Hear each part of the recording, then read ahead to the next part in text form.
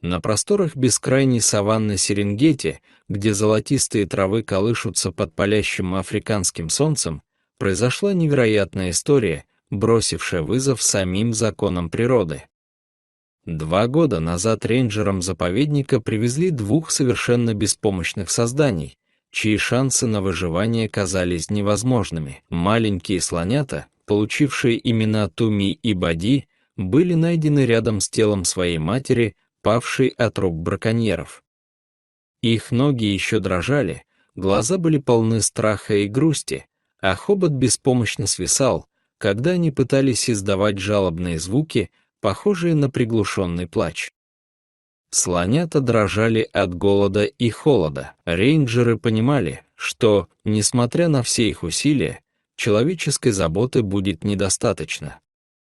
Эти сироты нуждались в чем-то большем, в тепле материнского тела, в защите, которую может дать только создание их мира.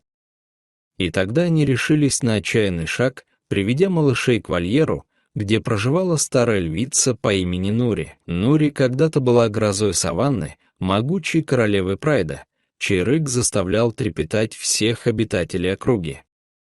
Но время и жестокая борьба за территорию оставили на ее теле глубокие шрамы, а в глазах — печать одиночества.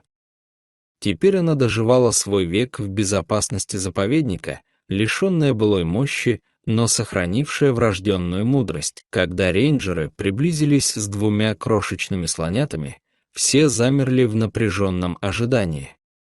Никто не мог предсказать реакцию хищницы.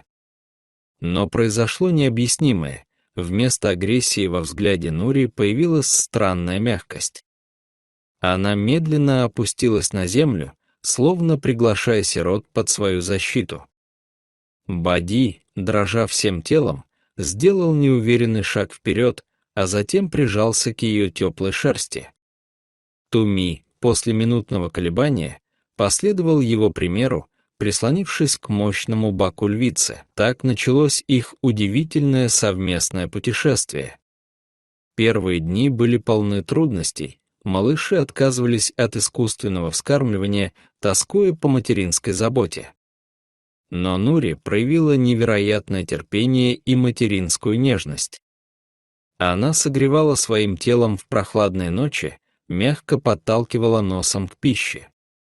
Под ее опекой Туми и Бади постепенно начали набираться сил. С течением месяцев в их маленькой семье установились свои ритуалы. Бади, окрепнув, стал настоящим непоседой. Он с восторгом гонялся по заповеднику, пытался играть с величественным хвостом Нури и радостно прягал вокруг своих необычных родителей. Туми, более сдержанный по характеру, всегда держался рядом с львицей, доверчиво прикасаясь хоботом к ее шерсти при любом испуге. Рейнджеры и посетители заповедника с изумлением наблюдали за этой невероятной семьей. Хищница и 2 слонят. Казалось, сама природа заключила здесь перемирие, создав оазис любви и взаимопонимания посреди суровой саванны. Но наступил день, когда этой необычной семье предстояло пройти тяжелейшее испытание — разлуку. По правилам заповедника, подросшие Туми и Бади должны были присоединиться к стаду слонов в специальном питомнике. Момент расставания стал одним из самых эмоциональных в истории заповедника. Туми и Бади издавали пронзительные трубные звуки. Нури же застыла в молчаливой скорби, ее обычно выразительные глаза потухли. В последующие дни она отказывалась от пищи и подолгу лежала у ограды, словно ожидая возвращения своих приемных детей. Прошло 2 года. Нури заметно постарела, ее движения стали более медленными, а в глазах появилась постоянная грусть. Но однажды утром над саванной разнесся мощный трубный клич взрослых слонов. Это были Туми и Бади, повзрослевшие и окрепшие, но с тем же узнаваемым тембром голоса. Невероятным образом они преодолели десятки километров, чтобы вернуться к месту, где провели детство. Рейнджеры, ставшие свидетелями этой встречи, затаили дыхание. Нури медленно поднялась и направилась к ограде. Взрослые слоны и постаревшая львица смотрели друг на друга, и в этом молчаливом диалоге было больше любви, чем в тысячах слов. В этот момент, наблюдая за тем, как такие разные создания вновь обрели друг друга, многие понимали, они стали свидетелями настоящего чуда.